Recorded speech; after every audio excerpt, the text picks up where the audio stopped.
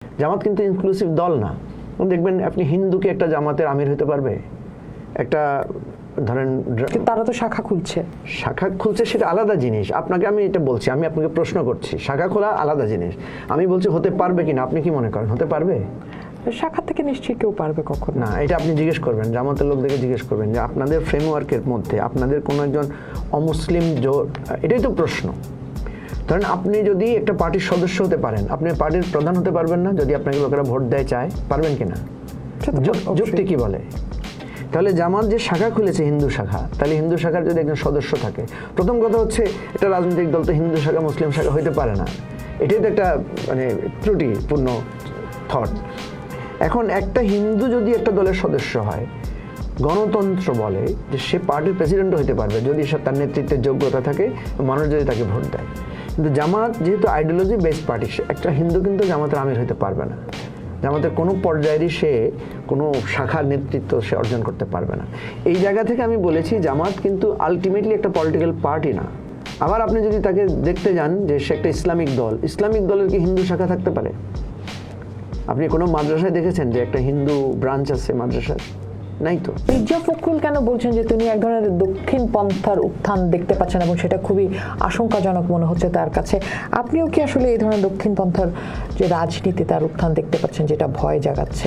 না, মির্জা ফখরুল দেখেন, আমি আপনাকে আবারও বলছি, মির্জা ফখরুলরাই তো জামাতের সাথে একসাথে আন্দোলন করেছে, একসাথে রাজনীতি করেছে, একসাথে ভোট করেছে, একসাথে পার্লামেন্টে ছিল না?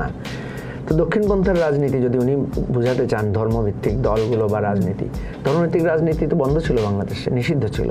সেটা ওপেন করেছে কে? বিএনপি তো করেছে, তাই না? 72 পরে আমাদের যেটা ছিল করেছে। তো কথা হচ্ছে ভোটের রাজনীতিতে কোনো পন্থা টন্থা নাই। ভোটের রাজনীতির পন্থা হচ্ছে কে আমার পক্ষে, কাকে দিয়ে আমি ক্ষমতায় যেতে পারবো। বাট যখন ভোটের রাজনীতি শেষ হয় তখন তো মির্জা ফখরুলের পথ আলাদা, জামাতের পথ আলাদা। মির্জা ফখরুল তো একটা তথা মানে আমরা যদি দেখি যে ওনার তো একটা উদারপন্থী রাজনীতির পক্ষে, আর জামাত বলেন বা এরা বলেন তারা তো এক ধরনের কনজারভেটিভ ধর্মীয় রাজনীতির পক্ষে, তাই না? সুতরাং ওই জায়গায় তো দুই পক্ষের বিরোধ আছে। জামাত বা ধর্মভিত্তিক রাজনীতি যারা করে তারা জাতীয়তাবাদী দল বা মানে ধর্মনিরপেক্ষতাবাদী দল যেগুলো আছে ওগুলোকে তারা কি বলে? ওগুলোকে ওই দল করা হারাম মনে করে। তো তারা তো মনে করে ওই সমস্ত দল করা হারাম, ইসলাম বিরোধী কাজ, বলে না? আমাদের এখানে ধর্মনিরপেক্ষতার শব্দটার অপপ্রয়োগ হয়েছে, ভুল ধারণা তৈরি হয়েছে। কিরকম? কারণ আমাদের এখানে সেকুলারিজমের বাংলা করা হয়েছে ধর্মনিরপেক্ষতা, ঠিক আছে? আমরা যেটা নীতিগতভাবে মনে করি যে সেকুলারিজমের বাংলা কি? সেকুলারিজমের আপনি শব্দগত অর্থ হচ্ছে যদি আমরা ধরি সেটা হচ্ছে ইহজাগতিকতা, ঠিক আছে? কারণ আমরা ইহজাগতিক প্রশ্নে, কারণ আমি এই কাপ দিয়ে পানি খাবো, ফোন দিয়ে কথা বলবো, এগুলো হচ্ছে ইহজাগতিক কর্মকাণ্ড। তো ইহজাগতিক কর্মকাণ্ডের সাথে আপনার সেকুলারিজমের কথা হচ্ছে এখানে কোনো মানে ধর্মীয়ভাবে আমি সিদ্ধান্ত নেব না, ঠিক আছে, ইহজাগতিকতার জায়গায়। তো এখন আমরা কিন্তু রাষ্ট্র সেভাবে চালাই, ঠিক আছে? রাষ্ট্রে ধরেন রাষ্ট্র যখন কারোর জন্য রাস্তা তৈরি করে, সে কোনো ব্যক্তির ধর্মীয় ব্যক্তির জন্য রাস্তা তৈরি করে না। এটা স্পেসিফিক্যালি এটা মুসলমানের জন্য, এটা হিন্দুর জন্য এটা করে না। এই ঐক্যটা ভাঙলো কেন? এত বড় অর্জনে আমি কি করেছি, কে কতটুকু ভূমিকা রেখেছি, অর্থাৎ অর্জনের পেছনে কার কি অবদান ছিল, সেটা নিয়ে এখন একটা ঝগড়া শুরু হয়েছে। তাদের মধ্যে কেন বিভেদ? মানে হয়তো জামাত মনে করছে এখন পার্লামেন্টে তারা প্রধান বিরোধী দল, বিএনপিকে কাউন্টার করতে হবে। আর বিএনপি হয়তো মনে করছে এখন তার জামাতকে দরকার নাই, কারণ আওয়ামী লীগ নাই, সুতরাং এখন সে ইলেকশনে ভালো করবে, সুতরাং জামাতের আর সাহায্যের দরকার নাই। আওয়ামী লীগকে হারানোর জন্য তার জামাতকে দরকার ছিল। বিএনপি যখন আন্দোলন করেছে তার সামনে কি দাবিগুলো ছিল?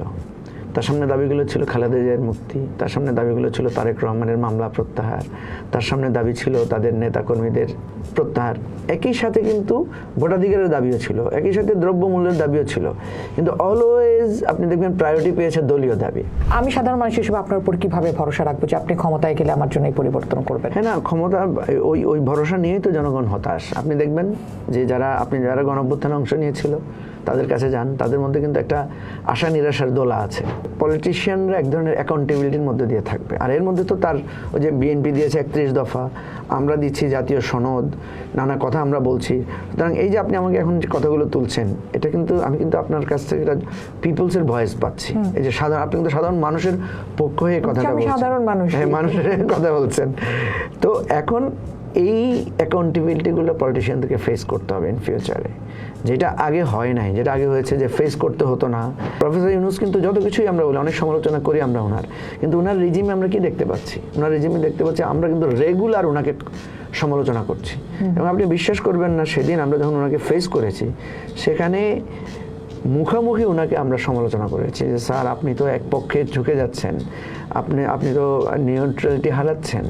এবং কি ডক্টর ইউনূস এক পক্ষে ঝুঁকে যাচ্ছে না, মানে হোয়াট ইওর না, অবজারভেশন? আমি যেটা দেখতে পাচ্ছি উনি সব দিকে ঝুঁকছেন।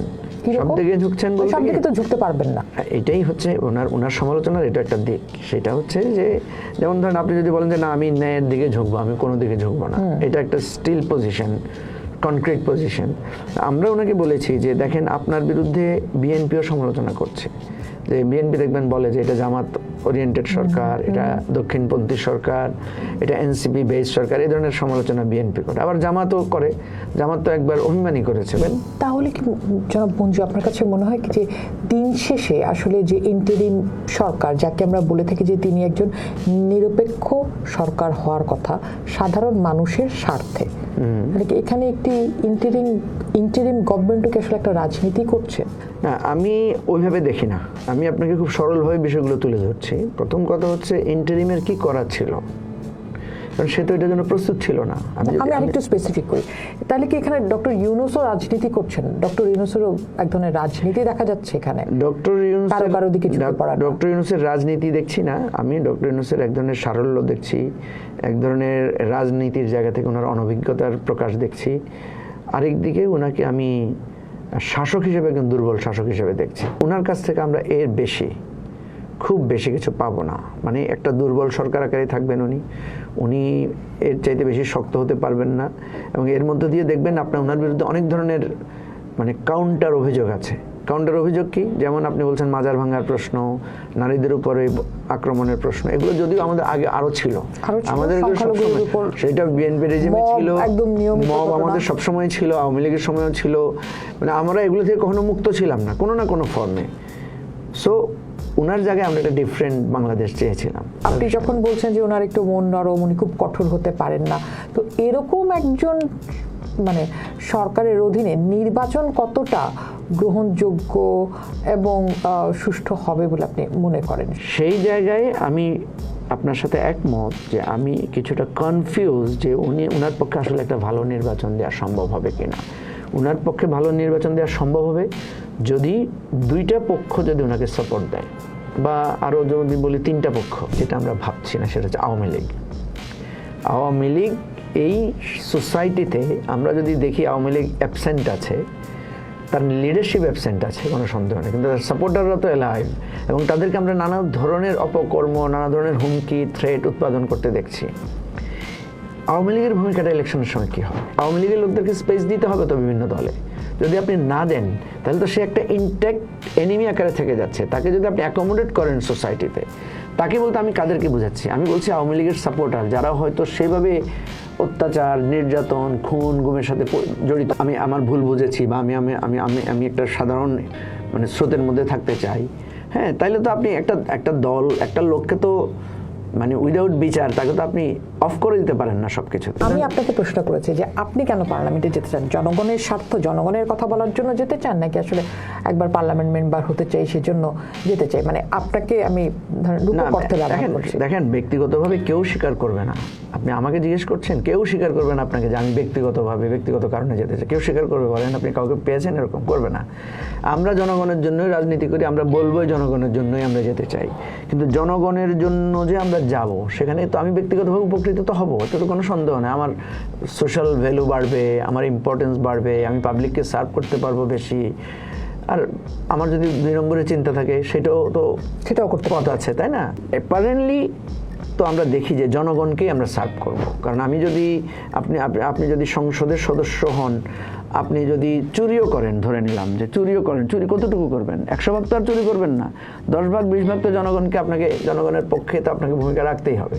তো সেই জায়গায় ভূমিকা না রাখার উদাহরণ তো আমাদের সামনে গত 15 বছর আগে ছিল। না, পুরোটাই আসলে নিজেদের পকেটে নিয়ে নেয়া। পুরোটা পকেটে কখনো কখনো কেউ নিয়েছে, কিন্তু আমি দেখি না এই জন্য যে কারণ আমরা যদি গ্রসলি দেখি বিএনপি এবং আওয়ামী লীগের রাজনীতি, তারা কিন্তু কিছু না কিছু মানুষকে ভাগ দেয়।